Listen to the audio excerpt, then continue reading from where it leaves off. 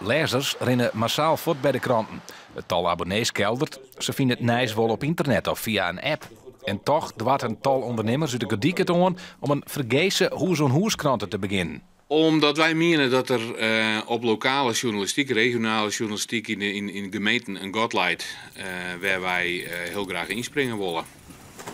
Normaal is er natuurlijk een fotootje en een stukje tekst onderklappen. Maar als je even wat aandacht en zorg aan besteedt, dan maken ze er gewoon even een oren pagina van. Waningen en zijn compaan Rick Dijkstra gaan verliezen bij de oren huis-on-huis-kranten in de streek. De Woudklank. Door reorganisaties bij Udjouwer NDC Mediagroep wordt die kranten nou maken van Udljout. En zo mat het net, denkt de Nijkommer. Dat er meer en meer van dit soort initiatieven komen is wel een signaal. Wat wij oorzaak in is, zij zei de uitstraling van de kranten is gewoon had een creatieve inslag. Wij willen net alles meenemen. Wij willen dus inderdaad meest voorzien van achtergrondinformatie. Bij de Malje had de uitzoeking dat ze een formule had die lezers en adverteerders lokken zal. Bij een netwerk van 14 schrijvers willen ze oorsoorten verhalen brengen. Dus ik net makkelijk samen even een persbericht direct op een oer plaatsen.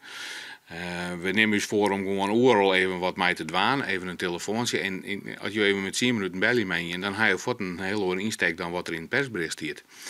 En dan krijg ik voor een oorartikel. Wij denken dat we op lokaal vlak gewoon succesvol wezen kennen. Ik denk dat je het gewoon aanpakken, zodat wij het aanpakken, dat het ik wel ken. Wij hebben hier net een groot kantoorpand staan. We hebben geen grote kloften personeel. We doen het met een lidsploeg. We doen het met al die freelancers. Mensen ik die gewoon zeggen, ja, dit is het idee. Ik ben enthousiast van het idee. Gaan ervoor. Mensen komen stralen bij de mensen moeten vliegen nou. En op die manier kerst de kosten in de hand houden.